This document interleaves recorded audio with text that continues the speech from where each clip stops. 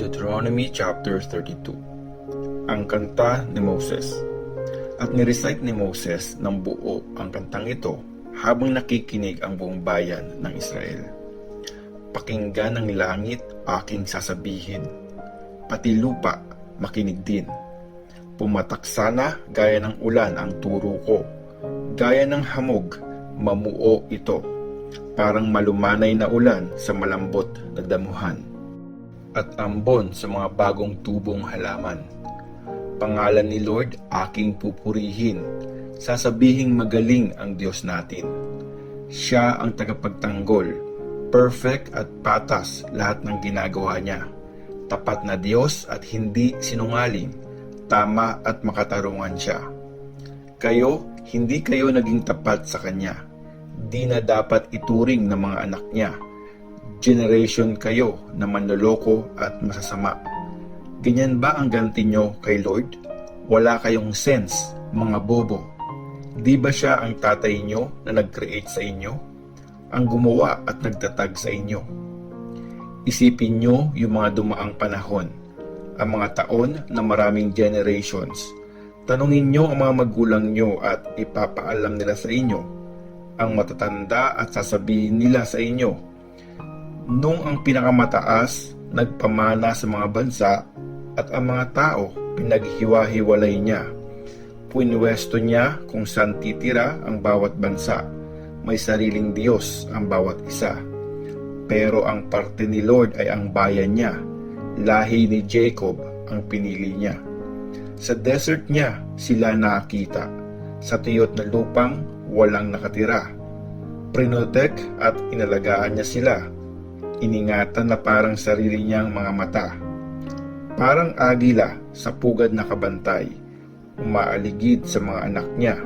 Para saluhin sila, binubuka ang mga pakpak niya. Gamit ang mga yon, binubuhat sila.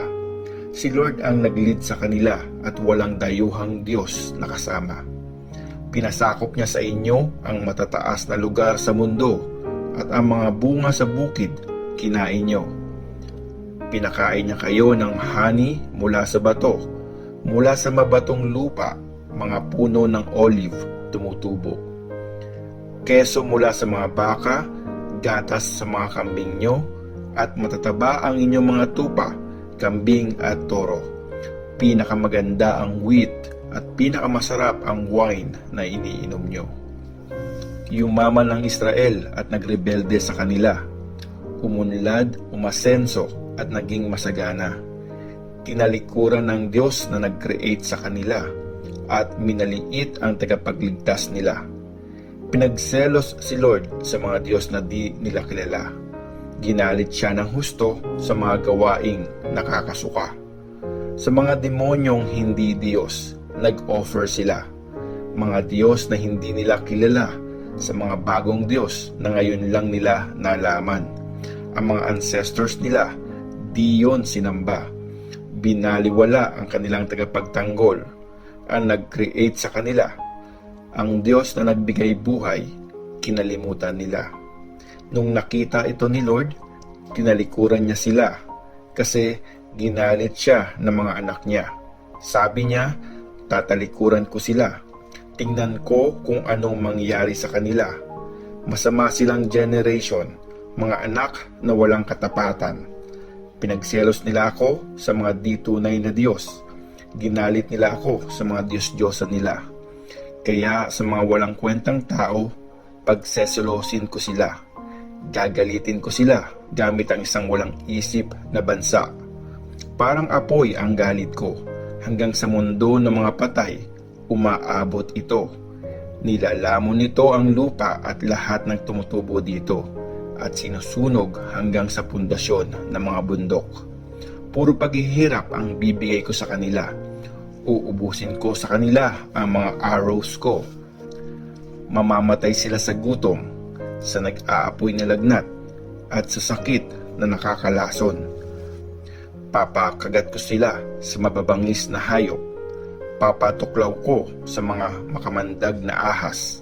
Sa labas may patayang magaganap, at sa loob ng bahay, takot ang lalaganap.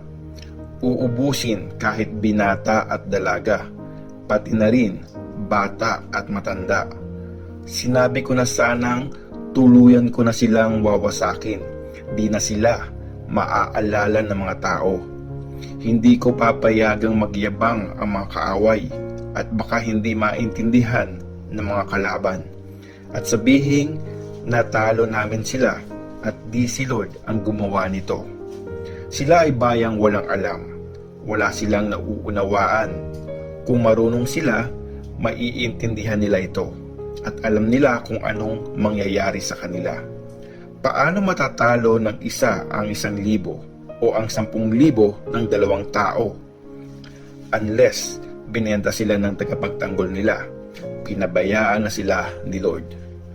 Diyos nila di gaya ng tagapagtanggol natin. Kahit mga kalaban natin, alam yun. Kasing sama sila ng Sodom at Gomora, parang ubasan na mapait at nakakalaso ng bunga. Para silang nakakamatay na alak, gawa sa kamandag ng ahas. Ang planong ito ni Lord, kanyang iniingatan na para itong kayamanan. Kay Lord ang paghihiganti at pagparusa. May panahon sa pagbaksak nila, paghihirap nila, malapit na, mabilis na darating ang hatol sa kanila. I-declare ni Lord na inosente ang bayan niya. Sa mga servants niya, maaawa siya pag nakita niyang wala na silang kapangyarihan at wala nang natitirang buhay, alipin o malayaman. At itatanong ni Lord sa kanyang bayan, nasaan ang Diyos nila, mga Diyos na kanilang takbuhan? Nasaan yung kumain ng taba na inalay nyo at uminom ng alak na inoffer nyo? Bakit di kayo sa kanila magpatulong? Di ba nila kayo kayang i-protect? Tingnan nyo ngayon, ako ang Diyos, walang ibang Diyos kundi ako. Pumapatay, bumubuhay, sumusugat at nagpapagaling. Walang makakatakas sa akin. Itatas ko ang kamay ko sa langit at susumpa sa buhay kong walang hanggan. Pag hinasa ko ang makintab kong espada at ibibigay ko na ang aking hatol, gaganti ako sa mga kalaban ko at sisingilin ko ang may ayaw sa akin. Iinom ng dugo ang mga arrows ko, kakain ng laman ang espada ko, ng dugo ng mga nahuli at napatay na kalaban. Mga bansa, purihin ang bayan ni Lord. Lahat ng Diyos, sambahin siya. Iginanti niya ang kanyang mga lingkod, siningil ang kanyang mga kalaban, at nilinis ang kasalanan ng kanyang bayan. Dumating si Moses kasama si Joshua na anak ni Nun, at ni-recite ni Moses ng buo ang kantang ito sa mga tao. After sabihin ni Moses sa buong Israel ang buong lyrics nito, sinabi pa niya sa kanila, itanim nyo sa puso nyo lahat ng sinabi ko sa inyo ngayon para ituro sa mga anak nyo, at nang sundin nilang mabuti lahat ng kautosang ito.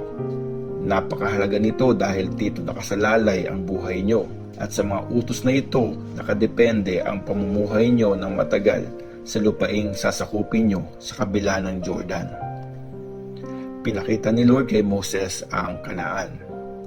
Nung araw ding yon, sinabi ni Lord kay Moses, umakyat ka sa mga bundok ng Abarim, sa Mount Nebo na nasa lupain ng Moab, sa kabila ng Jericho. Tingnan mo ang lupain ng Kanaan na binibigay ko sa mga Israelites bilang pag-aari nila. Doon ka mamamatay sa bundok na aakyatin mo at makakasama mo na ang mga kalahi mong namatay na, kagaya ni Aaron sa Mount Hor. Sinuway niyo kasi ako sa harap ng mga Israelites nung nasa springs ng Meriba kayo, malapit sa Kadesh, sa desert ng Zin. Hindi niyo ginalang ang kabanalan ko sa harap ng mga Israelites. Matatanong mo ang lupaing bibigay ko sa mga Israelites, pero di ka makakapunta dun.